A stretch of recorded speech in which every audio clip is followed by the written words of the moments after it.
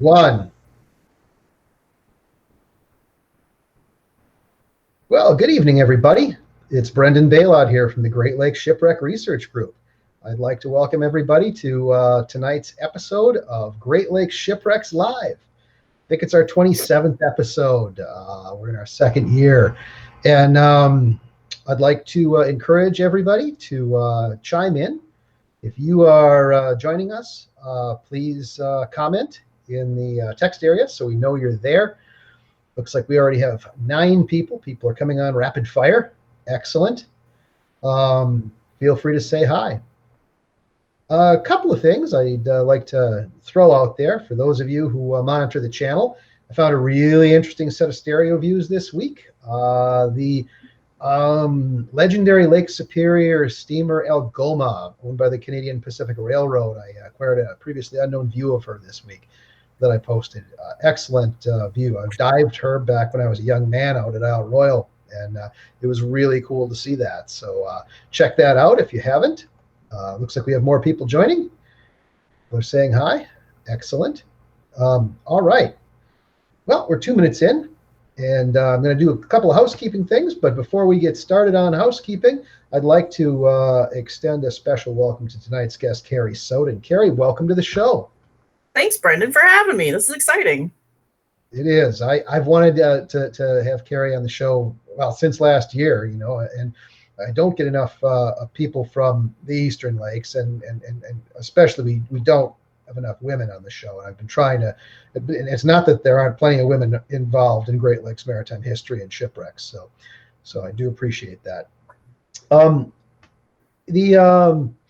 Couple of housekeeping things. I don't have any other guests queued up right now, so I think I'm not going to have a show next week. So if you're expecting one, unless I get a surprise guest or something, I think we'll wait a couple of weeks here to queue somebody else up. And also a reminder, I don't usually have shows in the summer, so probably going to have a few more shows before we go on summer hiatus because, as you know, we'll all be out on the lakes, hopefully, and not here watching the computer. So there's that. All right, we've got a few more people joining. Let's see. What other things? I'd like to thank everybody who participates in the group. I really appreciate everybody's interesting posts on the group and all of the commentary. Thank you so much for making it an active community. I am always looking for new guests. If you are doing something interesting or unusual in Great Lakes maritime history or shipwrecks, don't hesitate to reach out to me. If you think you can, fill an hour up, please reach out. I'm always looking for new and interesting guests for the show. So keep that in mind. All right. Well, let's get on with it. We do have, I wanted to throw it out there, a Zoom room after the show tonight. It's going to be promptly at 8:15 Central Time, 9:15 Eastern Time.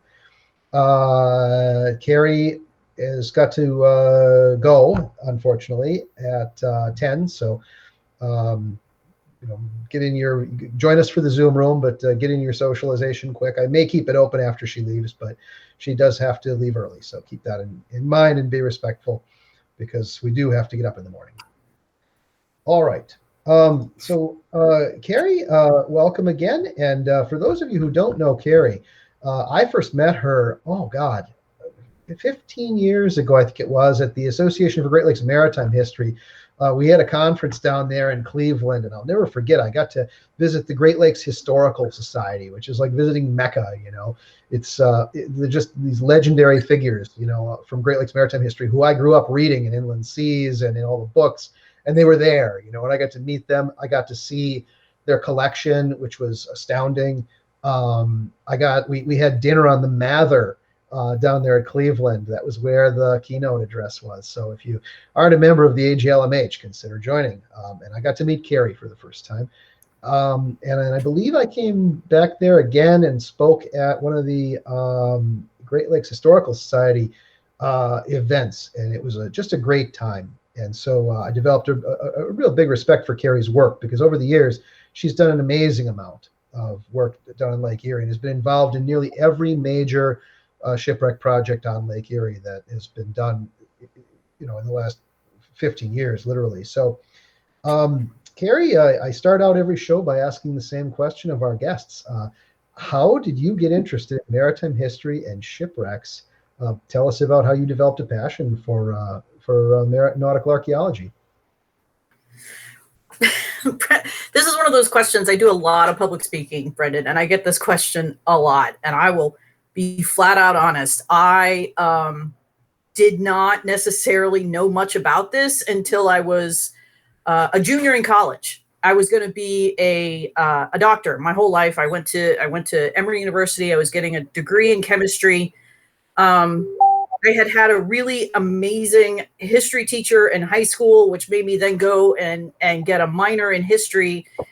And so anyway, planning to be a doctor, the summer before my junior year, I applied for an internship through the University of Maine, mostly because my family had a couple of summer houses up there, and I just thought it'd be cool to hang out in Maine for the summer. I knew it was a biological research station, but they looked at my resume with my chemistry degree and my history background and immediately put me with when they accepted me, put me with their nautical archaeologist, Dr. Warren Reese, who had just recovered 9 cannons from a 1710 shipwreck called the Nottingham Galley. And that's what we're looking at here on the screen. So my first summer there was basically set up a conservation lab, and I was handed a manual, a conservation manual from Texas A&M, and was like, figure it out. And I kind of did.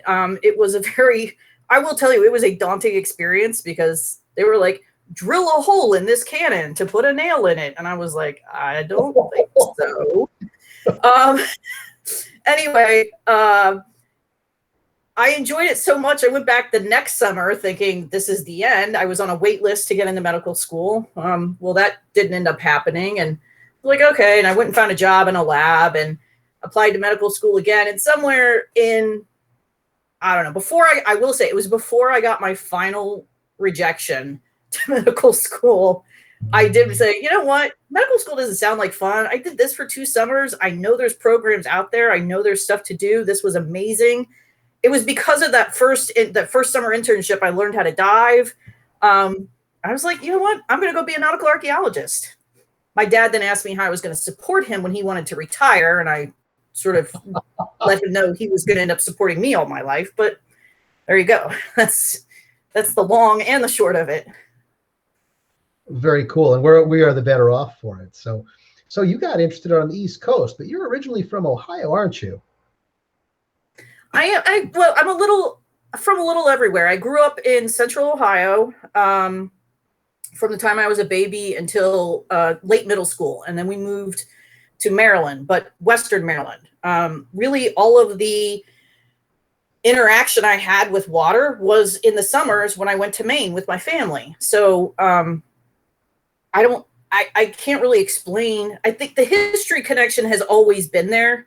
I can pull it back to my 8th grade history teacher and then to this other teacher in high school that I had. But the idea of shipwrecks and archaeology did not come until, like I said, till my first summer up in Maine with Dr. Reese. I see. Anything particularly interesting up there? Obviously, the cannon sounds fascinating. It's a really cool picture. Go ahead. Oh, I was just saying the other picture here is Boone Island, the Nottingham Galley, and I didn't want to focus too much, but I know we want to talk Great Lakes. But the Nottingham Galley sank in 1710 on this tiny little island, which did not have a lighthouse or anything on it. You can see there is no vegetation, there is no nothing, and I can't remember exactly. It's like 13 or 15 people got wrecked there, and it's one of the first cases of cannibalism in the U.S. or in the New World. Because they couldn't get to shore. It was I want to say October or November, and there was no way to get to shore. They have nothing to eat except whatever fish they can find. It was pretty rough. Eventually somebody on land saw a fire, but I mean like 3 or 4 weeks later. The fact that these guys lived through that is just astonishing, I think. So this was a really important historical site. I could see how that would pique your interest, especially being able to actually touch those artifacts. So obviously you got the bug, right? And oh yeah, shipwrecks were cool. We get a lot of people that watch this show, particularly young people, who are interested, in becoming nautical archaeologists and doing this for a living. How did you go about getting your professional training? So here you are with a undergraduate in chemistry, which is unusual. I should mention that our state underwater archaeologist Tammy Thompson, I think, has a degree in genetics. And Maybe right, yeah. And so, how do you go about becoming a nautical archaeologist after that? So, like I said again, I kind of went home and was trying to figure out what my next step was. Fortunately, let's see, at one point I had like 3 jobs. I was waiting tables, I was working in a bio lab, and there's actually a CRM firm in my hometown in Maryland. So I worked for them for a while, just part-time doing some stuff until I finally was like, all right, I'm going to go to school and do this. I applied to a bunch of different schools. I ended up deciding to go to Texas A&M in College Station, because going to a landlocked school is where you would think to go to study nautical archaeology, but that's what I did. And go ahead. So you went to Texas A&M, and as I recall, that was one of the first nautical archaeology programs in the country, isn't it? It is the first fully formed one, and like all things in Texas, it ended up in Texas A&M because A&M was trying to compete with UT, with University of Texas, who had just done a bunch of work on the plate fleet.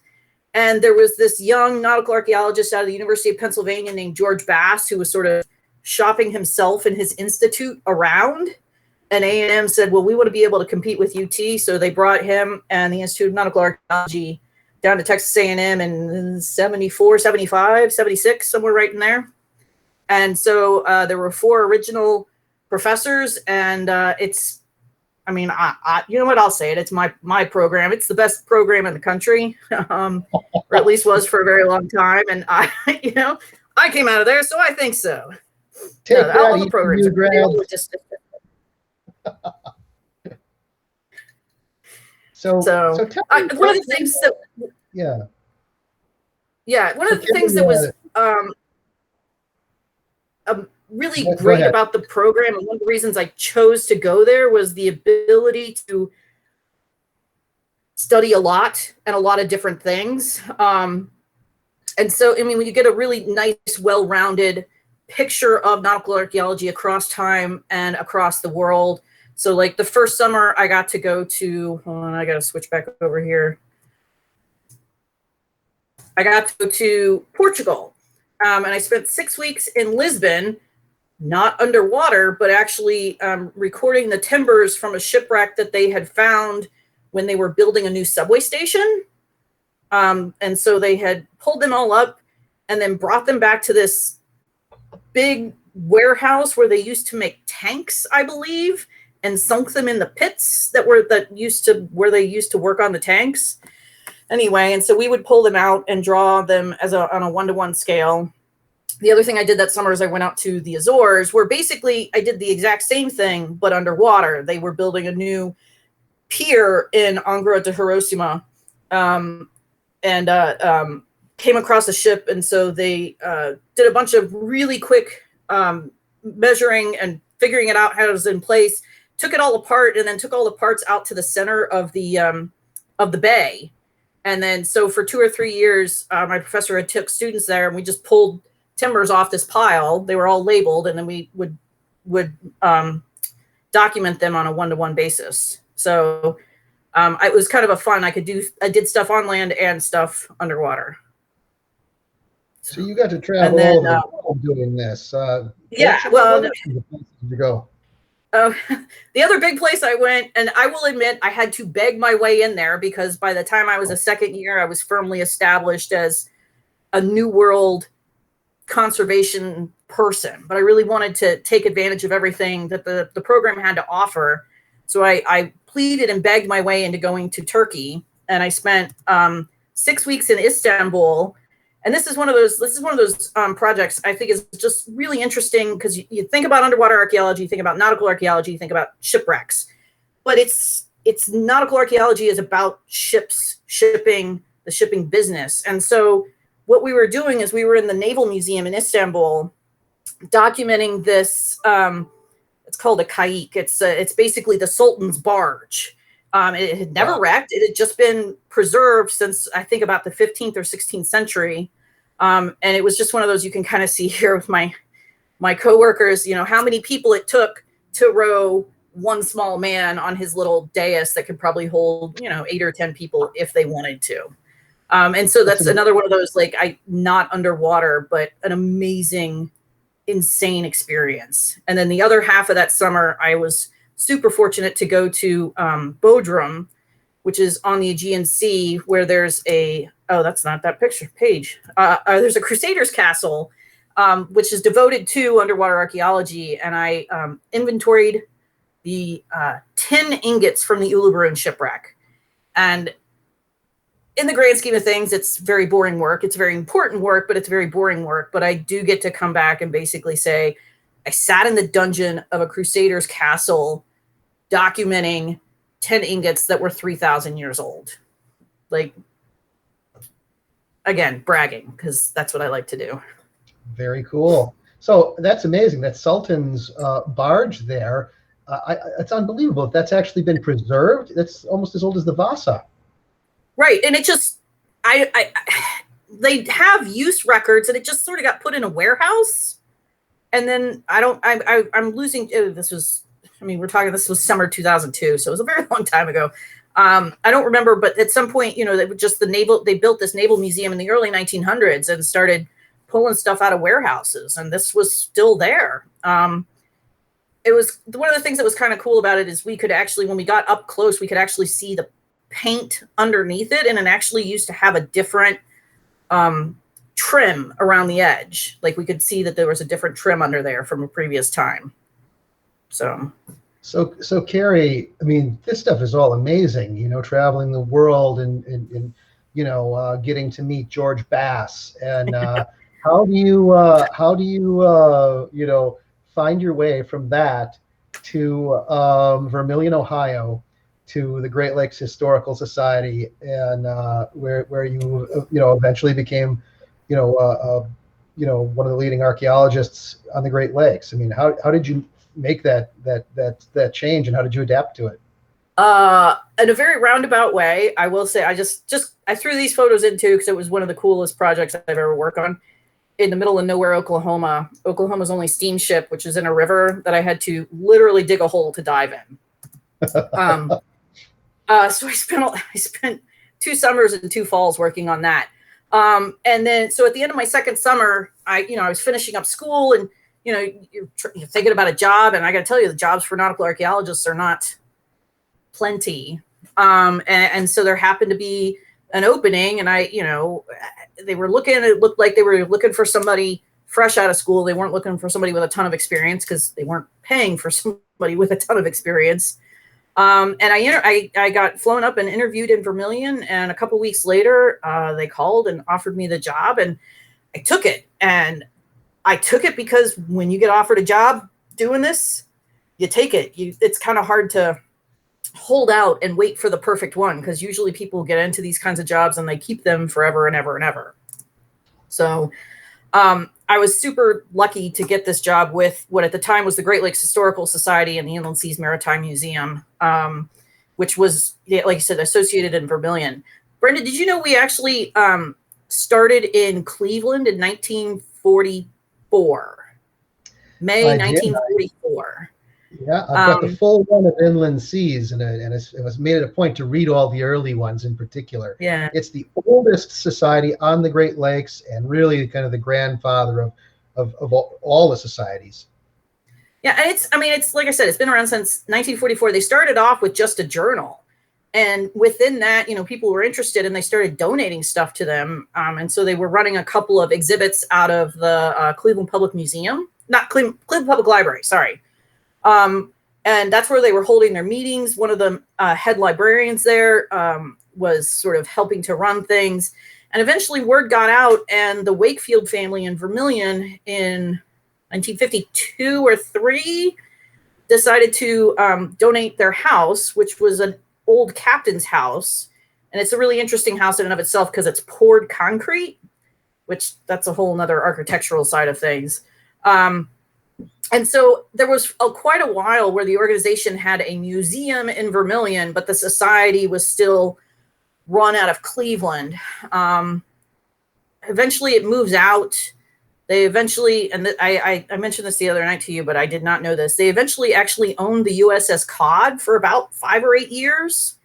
Wow. They were also donated, or they came to an agreement, and they owned the William G. Mather.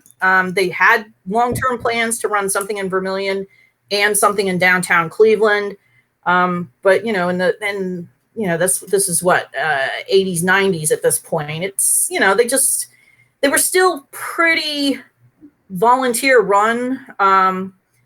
It's not until the late 80s or early 90s that they get the first sort of professional museum people in there. So this organization is kept alive mostly by volunteers and or people that are retired and then sort of rehired to help run it. Eventually, obviously, we realized being in 2 places wasn't really going to work and divested of the Mather, which we put at the Great Lakes, as used to be an independent, is now at the Great Lakes Science Center downtown, and just focused on our museum in Vermilion. And as we moved into the 2000s and late 2000s, started realizing Vermilion is a lovely little town, but nobody really ever goes there anymore. When they first went out there in the 1950s, it was a tourist town. It was like, one of those places where all the houses up and down there, they were week rentals, and you would go out, you'd spend a week out in Vermilion, and the museum flourished under that. As people started turning those weekly rentals into full-time homes, we stopped getting quite as much visitation, and that became a real problem in terms of making sure that we can survive. And so eventually, there's a whole long story, which I will not get into here, eventually make our way and realize and find our new home that we opened in 2014 in Toledo, on just right there on the Maumee River. We have our own museum ship again, the Colonel James M. Schoonmaker. We now actually have a tug, Ohio, too. It's really allowed us to show a lot more of our collection, tell a lot more of our stories. And I thought I had another picture in there. I don't. Show a lot more of our collection, tell a lot more stories in a very professional and exciting and hands-on way. And it's been a really, really good thing for us. And as I've talked all about this, that's only the museum. We also, again, like Brendan said, we publish Inland Seas 4 times a year, which has been published 4 times a year, every year, except for 1 year where there was only 2 issues since 1944. And then we also run the Peachman Great Lakes Shipwreck Research Center. So we've got a lot going on. And aren't you affiliated too, collection-wise, with the historical collections of the Great Lakes at Bowling Green? Right. So when we were in Vermilion, we had a rather hefty sized library, a really enormous photograph collection. And when we moved out to Toledo, we knew we were going to fill this building here with just our museum. There wasn't space to put a library. And we really started talking about what's the best use of space and time and money here when Bowling Green is right down the road. And so we started talking with Bob Graham and the powers that be at Bowling Green State University. And I'm going to say like 2016, I believe, we donated the majority of our collection, which was the Clarence S. Metcalf Great Lakes Maritime Research Library, world's biggest title for a library. We donated that to to Bowling Green State University, and we have a really great relationship with them. Bob retired. Mark Sprang is now down there. And he is very, very, very nice to me when I call and be like, I need this picture from my collection. And he's like, oh yeah, I got it right here. Not a problem. So, I'll tell you a little story out of shop here. I was a major beneficiary of that move. When the collection was donated to Bowling Green, or not, was it moved to Bowling Green? Put it that way. The decision was made that they didn't want. Yeah, the decision was made that they didn't want to have duplicates, and so the late Reverend Al Hart was charged with liquidating a bunch of the material that was deemed duplicate.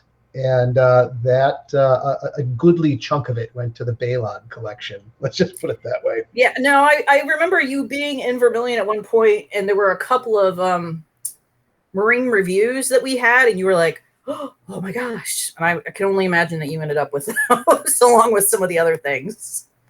Oh, indeed. Amazing stuff. Amazing Excellent. stuff. I've made great use of it. But so the collection now, that's just amazing that it's all down there in one place. So that must have really been a major addition to what Bowling Green had. I think so. I think it is. I've been down there. I was always amazed by, I am still amazed by, how they have storage and collections. I mean, our library was in like the back 2-3 rooms of the old concrete house on what, as all this mishmash of bookcases that we kept adding in.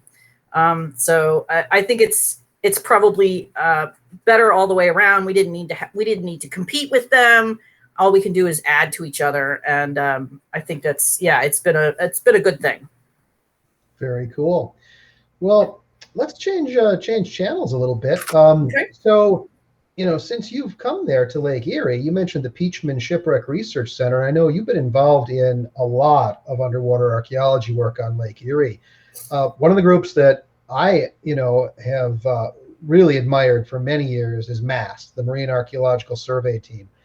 And, they're kind of a sister organization to the Wisconsin Underwater Archaeology Association, the Underwater Archaeological Society of Chicago, and the Great Lakes Shipwreck Preservation Society.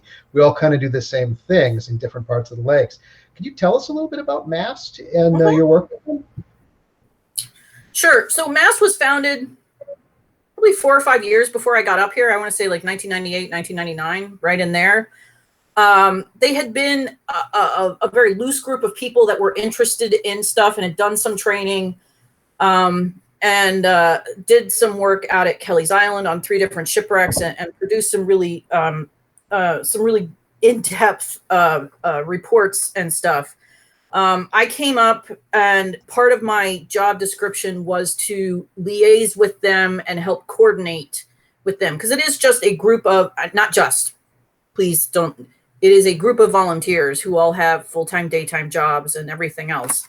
And so I was sort of the point person to help with that. And so we run a training workshop every year for a total of 3 days. Technically, we do 2 days in the museum, and then we do 1 day in the quarry to practice. And then we go out on the lake, and I try, it's nice to use this nice big boat. We can take 15 or 20 divers out to a site and spend all day out there and get a lot of data. And so we've been doing that, basically ever since I've been here. I think, well, obviously we didn't do anything last year, but other than that, we've been fairly regular getting out on the lake and surveying shipwrecks. And this is a great way, because I got to be honest, I'm working as a full-time nautical archaeologist. I'm the only person in the state of Ohio doing that. And so, measuring, surveying shipwrecks with one person just isn't feasible.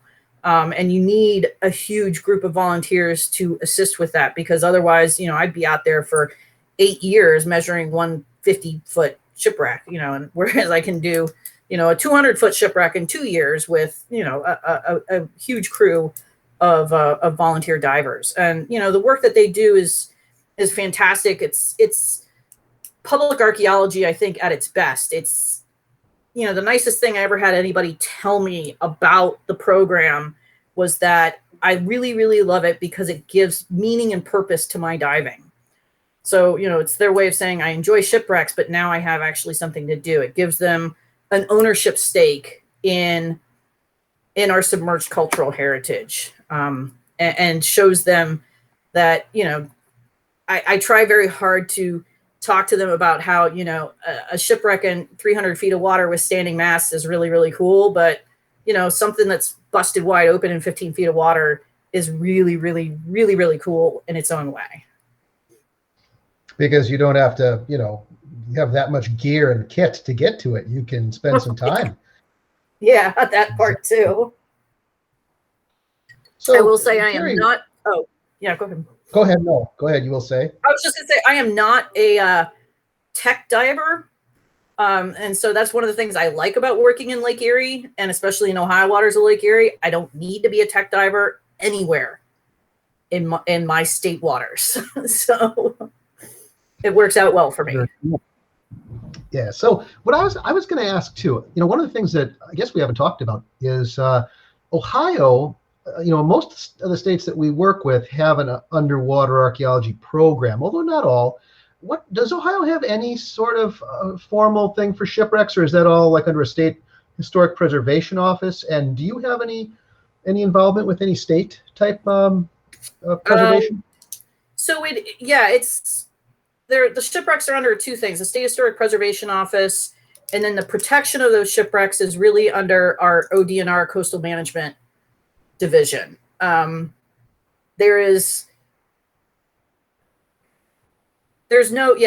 Unlike Michigan or Wisconsin or even some of the other places, that we do not have a state underwater archaeologist. We do not have a state underwater archaeology office.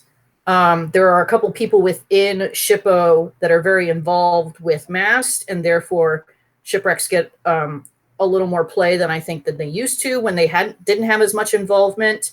I think the state is starting to get there. They've had some AmeriCorps volunteers. They really fleshed out our shipwreck inventory list in the last couple of years by adding a lot of the known wrecks to it. So therefore giving them an archaeological site number, which is always helpful, especially in terms of protection. But, in terms of them doing any real work, they're not doing, I don't want to get myself in trouble here. They're not doing a lot because the state, like all SHPOs and state programs, there's just not a lot of money to do a lot of things. They did a really interesting survey a few years ago with what it ended up being basically leftover state money for Superstorm Sandy. And so they went off, I believe, like off Ashtabula and mapped quite a section out there, maybe about to a mile off, looking not just for shipwrecks, but also for old riverine sites. So they were also doing some geophysical investigation into what they were looking at as well. That's really interesting. I know that they had at points gotten interested and done some. I think they had a website or some web presence about Ohio shipwrecks, and that was the Ohio Sea Grant, and they just redid that. And now there was money to put kiosks that would highlight that in 4 places. Because it was state money and we charged to come in the museum, we weren't allowed to have a kiosk. Oh, no. I understand. I've tried to help them quite a bit with that work, but again, it's just sort of one project. There's no one person in the state who is dedicated to. I think there's lots of people within the state that are interested and want to do what they can, but that's not their main job per se. Right. Yeah. And then all states seem to have that problem. Minnesota, for example, does not have an underwater archaeologist, but their SHPO is very active, and right. A number of states are like that. Michigan and Wisconsin, of course, because they have so much coast, seem to be a bit more active. But it's interesting how different states approach shipwrecks differently. Even within the Great Lakes region and within the provinces of Canada. And I can say this, we're lucky to have you down in Ohio because, we do have a real nautical archaeologist who is devoted to Ohio shipwrecks, even if the state doesn't have that office per se. Right. So Carrie, there were, obviously you've done work on a lot of different Lake Erie shipwrecks, and because there have been some major finds down there. Tell me about some of your favorites. I know you've worked on really a number of different important and early wrecks too. Lake Erie, being over here on Lake Michigan, I think 1850, 1860s a really early wreck.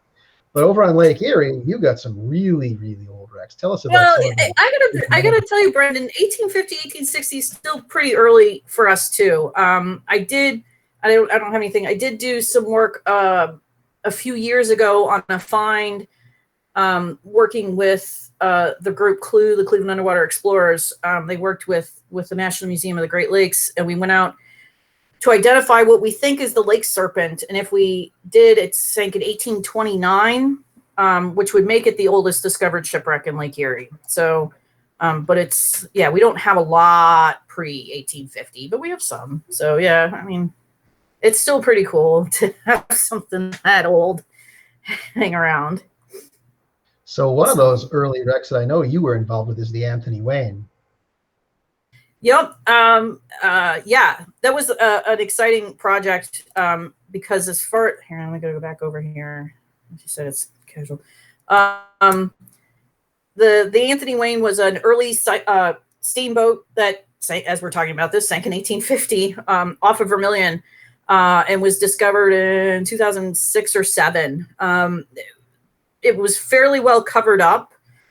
We knew we wanted to do something bigger than just a documentation of the site, and that we wanted to do some excavation. And so I brought up some graduate students from Texas A&M to assist. As I say, assist. The one guy, Brad Kruger, he made this his thesis topic, and this is really his project. I was just assisting to some extent, and it was a lot of fun. It's I showed you pictures earlier of digging in a river in Oklahoma. Well, there's a big difference between doing that and digging, 50 feet down, 50 feet underwater instead.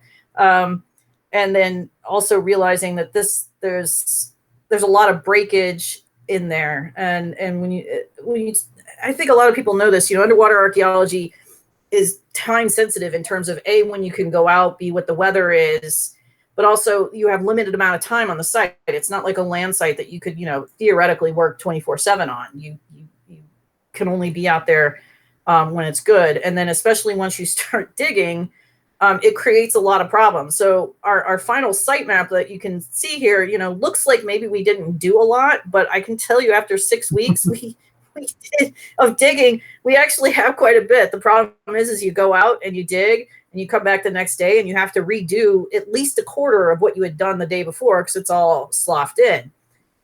Or even worse, you go out and you dig, and then you have like massive storms roll through for 3 days, and you go back and you have to redig 3/4 of what you had left out there before. But it was really fascinating. For those of you that might be engine geeks, one of the things that made this steamboat really interesting is she was originally built with the big A-frame vertical steam engine, and in 1838, and she was taken out of service in 1848, and was actually they stripped the engine out to put it somewhere else. The vessel and the hull were getting kind of old. There was some discussion that she was going to be turned into a sail vessel, and then this gentleman in Detroit bought it and then put in an old another old engine. But the reason this is interesting is this is a horizontal engine, so a horizontal piston, which is not something you see a lot on the Great Lakes. You saw it a lot on the Western rivers. Because it's horizontal, it sort of spreads the weight out more, which is good for when you need especially when you need a shallow draft like they do on the Western rivers. So there was it's not unheard of on the Great Lakes. It just wasn't normal, I guess. And so I'm not the world's biggest engine person, so please don't ask me any more about the engine other than that. But that was really one of the interesting sort of finds that we had. Well, we knew that it was, but we wanted to learn more about that horizontal engine just because it was sort of unusual on the Great Lakes. Yeah, unusual and early. And the Anthony Wayne is a really important site. Do you know, are there any Ohio wrecks on the National Register of Historic Places, Carrie? Funny you should mention that. The Anthony Wayne is the first one. Wow. And I do believe SHPO is working on a couple of others at this time as well. So very cool. We're starting to get there. I mean, I don't think we're not going to hit Wisconsin levels anytime soon. Giant kudos to Tammy and all of her team on that.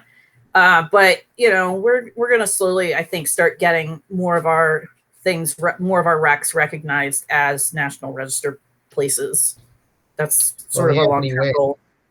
The Anthony Wayne's an obvious candidate too. So I know there are some other favorites you have. Like I said, I'm going to go back to something I said earlier, which is, everybody loves a giant shipwreck with standing masts, but I love a shipwreck in 15 feet of water. And so the one I always like to talk about with that is the Sarah Sheldon, which is it was a steamboat that was built in 1872. And I should have looked the date up before it's actually one of my favorite shipwreck stories because of what happened. Basically, she was loading in Cleveland. She had to head to Sandusky to pick up her tow, and then she was headed to Toledo and then probably up into the Detroit River. They hurried up to leave on Thursday night because it's bad luck to start a voyage on a Friday, is it bad luck on a Friday or bad luck on a Saturday? Friday, yeah. So even though the captain knew there was a storm coming in, he hurried up to get off the dock on Thursday night, which he managed to do. He sails out, and he's not hugging the coast, but he's not that far out because he's headed to Sandusky. And the call comes up from the engine room, Captain, she's leaking worse than usual. I always just find it humorous that she's leaking usual. So,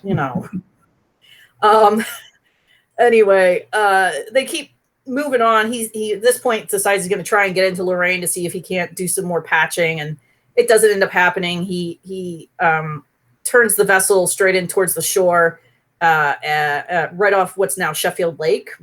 So it's, I don't know, 8-9 miles from the Lorraine Harbor at the most, maybe 4 or 5, and beaches it. It ends up on a sandbar about a quarter of a mile off. It's in a pretty bad, and there's a storm going on at the same time. Anyway, this is all not important. Important part is that I love this shipwreck. It's 15 feet of water. It makes it easy to dive. It's also, this is a, 32, 33-year-old vessel that has undergone a lot of wear and tear, which is all sitting there open for you to see. I mean, there's only the bottom of the boat up to the turn of the bilge, and all the repairs. Her whole life story is there.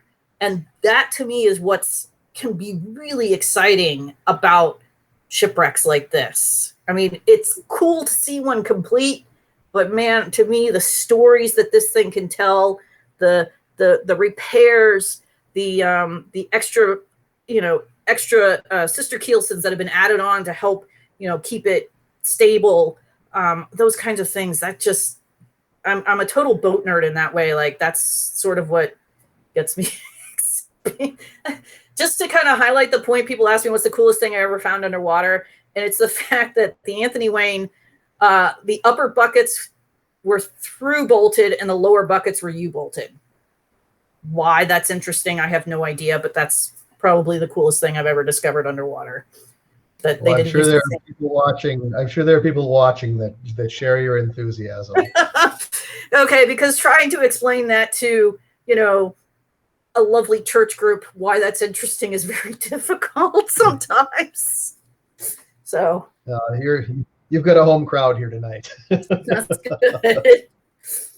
And she does seem like a cool looking wreck. We've got a number of shell wrecks like that, and it's just amazing to go down there, especially when they're in more protected waters and they've really been preserved. You can literally see the history of all the carpentry that's been done on them, and much of it is sort of after the fact due to aging and rot. Right. I mean, obviously we're dealing completely covered in zebra mussels, but when I talk, so we're not getting the carpentry marks at all, which I have seen on other shipwrecks, which can blow your mind. But you can tell where timbers are different, or where there's patches, or there's on one side of the sister keelson there's this huge steel plate that's been put up to kind of hold it in place. And I just, again, like I said, it was a workboat. It worked for a lot of years, and it's got a huge story to tell just in sitting there that way. Definitely. And there are many cool wrecks like that all over the lakes, but Lake Erie has more than her share. I did a database, or I helped Dave Swayze with his database back in the early days of data compilation, and we discovered that Lake Erie has just about as many wrecks as Lake Michigan. They lead the Great Lakes, just because of all the cities and all the traffic, and there are just so many wrecks on Lake Erie that you've just got so many to choose from. So one of the things that alluded to earlier is just how early some of the activity was there on Lake Erie. And one of the things that Lake Erie is famous for is the Battle of Lake Erie in the War of 1812. And I had Tom Kowalczyk on the show from Cleveland Underwater Explorers last year. He was one of my guests, and he told me about some work that you were involved in with them, trying to locate the site of this battlefield from the War of 1812. That fascinates me because we don't have anything that old here. Tell us about that experience. What was that like? It was interesting. This is a project we started, I want to say in like 2010, knowing that the bicentennial was coming up. And so, we knew that this was, a 2.5 hour battle. None of the ships sank. And I was like, so what do you look for? And I'm going, okay, well, they have all of these guns. They're shooting they're shooting cannonballs at each other. There has to be just an array of iron artifacts under there. Not to mention, the Lawrence, Perry's original flagship, becomes so unusable that they basically lower their flag. So at that point, the Lawrence also shoots all of its guns until they can't shoot them anymore. So at this point, if you're almost sinking, the first thing you're going to do is like shove your unusable cannons off to try and take some of the load off. So we're thinking there's got to be some cannons out there too. We were also kind of thinking, there has to be, there's a whole anchorage site where they then buried all the sailors and Marines. They're all sewn into their hammocks with a cannonball. There's, there has to be some metal returns here if you're going to use a magnetometer. So we did go out. We used a magnetometer as well as a side scan sonar, just as Tom said, just because you never know what you're going to find. He's like, if I'm going out in the lake to look, I'm at least going to look at the top as well as the magnetometer. And so we went out and we did some survey work over the course of about 2 years. We had a lot of magnetometer returns. I think over 7 square miles, over 1,000 hits, which then becomes difficult. How do you ground truth 1,000 hits? You can't. And so we really had to do some best guessing. We also had to, change our parameters as things weren't working.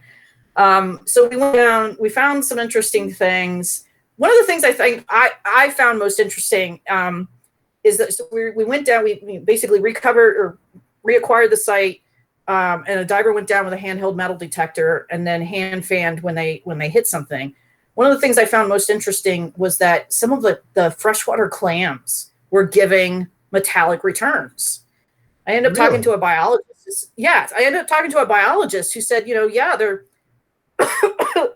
excuse me, they're filter feeders, and if you filter that much stuff for long enough, you're going to have some kind of metal return. Whether they were actually what we were picking up on the magnetometer or what we were just picking up on the handheld, I can't answer. Then the day came that the diver went down and he did some hand fanning, came up and he's like describing this thing that sounds almost exactly like a cannon, bigger on one end, tapers down to the other. There's something little offshoots, this, that, and the other. And we brought it up and it was a 155 millimeter howitzer shell. Oh. This is one of those, you think you did all the right research until you realize that you didn't, which was going back to maps of Lake Erie from the 40s and 50s, and Camp Perry, which is now a National Guard training site, now just goes a couple miles offshore. At that time, went all the way to the international border, and so they've used this as a practice firing range for 15, 20 years. And so the Battle of Lake Erie project was difficult because I always like to say, if you go out looking for a shipwreck and you don't find it, you can at least say, I know it's not here. You have a piece of data that you can say, I know it's not here. So I can look everywhere. we can't even say that about this site because, 155 millimeter towers or shells are going to give a much larger magnetic return than a 10 or 12 pound cannonball that's probably 100 years below it, if not 130 years below it. We're going to have to, I have people ask me, so what's the next step? And I don't know that there is one at this time. So we'll, I think we just have to wait for, technology to get a little bit better if at all possible. So it was a heck of a couple summers, though. I'll tell you that. Made for a lot of fun. It is a great story. Tom Kowalczyk had some amazing stories to tell about it. I won't go into all of them, but his favorite was getting boarded by the Coast Guard at some point. Yes. Oh, that was fantastic. Yeah. We're out there. It was just him and me that day. We were just, we weren't ground truthing yet. We were just running sonar. And I look over and I'm like, hey, is that the Mackinac? He's like, yeah. We're like, oh, okay. Mackinac goes past us. It kind of goes out of sight. A couple hours later, it sort of comes back into view. I'm like, oh, okay. And the next thing we know, there's a little boat headed our direction. And I'm like, well, what? Okay. So they come up behind us, and I mean, again, I've never been boarded by the Coast Guard before for a random inspection, but the guy puts his foot on the swim platform and his hand is on his gun. Whoa. And he asks us if it's okay if he comes on board and did we have any guns? And Tom and I are looking at each other going, no. And so I'm like, okay, so I try to make light of the situation. And I sort of, by this point they're on board. And it's just a random inspection. We weren't doing anything wrong. This was just like, okay, we're going to stop the boat and we're going to check your fire hydrants, or not hydrants, but your fire extinguishers and your safety equipment and this, that, and the other.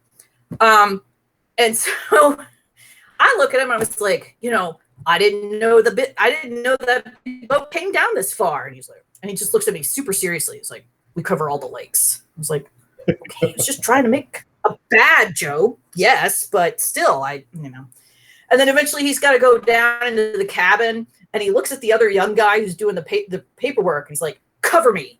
When he goes down to the cabin, because, here's me. And here's Tom Kowalczyk. And, because we're going to do any, I understand they're playing it by the book, but man, it is a good tale. And he probably does tell it better than I do.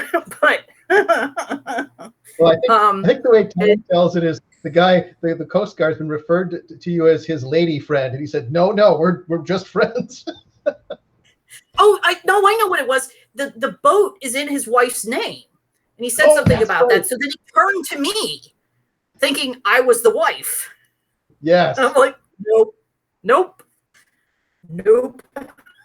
And that's when the Coast Guard looked at him real funny, like, oh, she's not your wife. You're on your wife's boat with her. As we have, a side scan sonar and a magnetometer sitting on our back deck that we've hauled in as fast as we could because this little boat's coming towards us. Yeah, it was. And then the funniest thing is, so they fill out this whole thing, and it's this piece of paper. Forms say they've been boarded and everything passes and this, that, and the other. And the guy looks at me, he's like, now save this. If anybody tries to board you again in the next year, this is your get out of jail free card. And a week and a half later, we had a horrific rainstorm and everything got wet, including his form, which was filled out in pen. So fortunately, I don't think he got boarded again, but he didn't have his get out of jail free card anymore. Well, at least if you have nothing else to take away from the War of 1812 survey, you've got that great story. That is just hilarious. So, Carrie, one of the other things that you were involved in, one of the most horrendous shipwrecks in Lake Erie history is the Cortland Morningstar collision. And I know there was some work that you were involved with the bell on the Cortland. I don't recall. I didn't know about that at all, and I was kind of interested in learning more about it. Okay. So the guys from Clue they found it in the Cortland in 2005. We went out and did some looking around and realized there there were a couple of things out there that were really fascinating and possibly at risk. And so we sat down and we worked through the state process and talked a lot with the state, and were given permission to recover the bell that we had found down there, as well as the scroll head. As we started planning to do this recovery, we decided not to do the scroll head because doing organic material conservation is difficult. We didn't have the money to do it. I didn't have the ability to set up a lab to do organic conservation. I did, however, have the ability to set up a lab to do iron conservation. That's the thing that was kind of interesting about this, and one of the reasons we wanted to bring it up. Even though you're not supposed to, people love bells, and so if this had been found, it probably would have gone away. But there was really this big question of we could tell underwater that this was an iron bell. This wasn't a bronze or brass bell. Which seemed really, really, really, really weird. And so we brought it up, and it took about a year to get it all cleaned up and taken care of. It's actually now on display. I will say it does not belong to us. It belongs to the state of Ohio. We have it on loan for the state of Ohio. But where I'm headed to is because we brought it up, we learned a little more about the bell. It has the company name on it, which is the Rumsey Company out of Seneca Falls, New York. The Cortland was built in Sheboygan, Wisconsin. The man who built it was the Cortland was his third or fourth ship, I believe, that he had built and owned. But his family was from Seneca Falls, New York, and they owned a dry goods store and a farm in that area. And it is supposition, but there's this supposition that he put basically a farm bell from Seneca Falls on this brand new bark rigged, overbuilt vessel as a way to, honor where he's from. It's sort of that personal story history that we wouldn't necessarily know if we had left it down there. And now we have a way to be able to kind of tell that. And I think, that's what gets me excited about underwater archaeology, is not the ships themselves, but the stories that they can tell, the stories about the people who built them, who had them built, who worked on them, who repaired them, anything and everything. That's kind of where I go geeky on when we talk about shipwreck archaeology. And of course, the Sheboygan, is dear to me, being Wisconsinite here, and that's a great story though about Cortland. I did not know that I guess I could have looked it up that she was built here, but that didn't ring a bell. So it's a great story, and I appreciate you telling it. So we're getting close to the end of our time. I know one of the other things that you've been really active in lately is Inland Seas, going through and reprinting some of the classic articles. I know I've seen them on Facebook, and I read every one of them. They're just great. Yeah, we had, we were formed in 1944, so we had our 75th anniversary the other year. And so we did sort of, in our books, a retrospective. But with the shutdown, everything shut down a year ago, we really wanted to increase our web presence and create content for people who were also shut down. And we've got a lot of really good feedback. So we've been continuing to do this, which is we've been putting our a single article from each issue. We've been putting it up on our website and then linking to it on Facebook and stuff. It's been, I think, kind of fun to revisit history, because especially back then, there was a lot of people telling basically at that time current history. Here's what happened last year when I worked on vessel X. And so it's been kind of interesting to read that in that, when it's written in this contemporary style of this happened yesterday, now I'm reading it 70 years later to kind of see really how things were going. And I think that that's really fascinating. You certainly, they're out there for everybody at our website, nmgl.org, because, I got to throw that plug in there. But also, I understand from Brendan that a lot of you guys are also really into this stuff. We are always looking for articles and pieces of information. I will say, Brendan, my favorite all-time article was a 2-pager about how a group of Catholics, I want to say in Wisconsin back in the 1800s, got special dispensation from the Pope to eat muskrat on Fridays because the lake was so iced over they could not fish. I remember that article.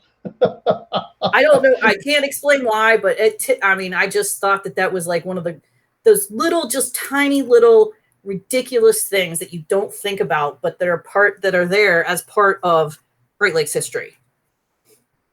Yep, and Inland Seas is just chock full of just some amazing obscure stories.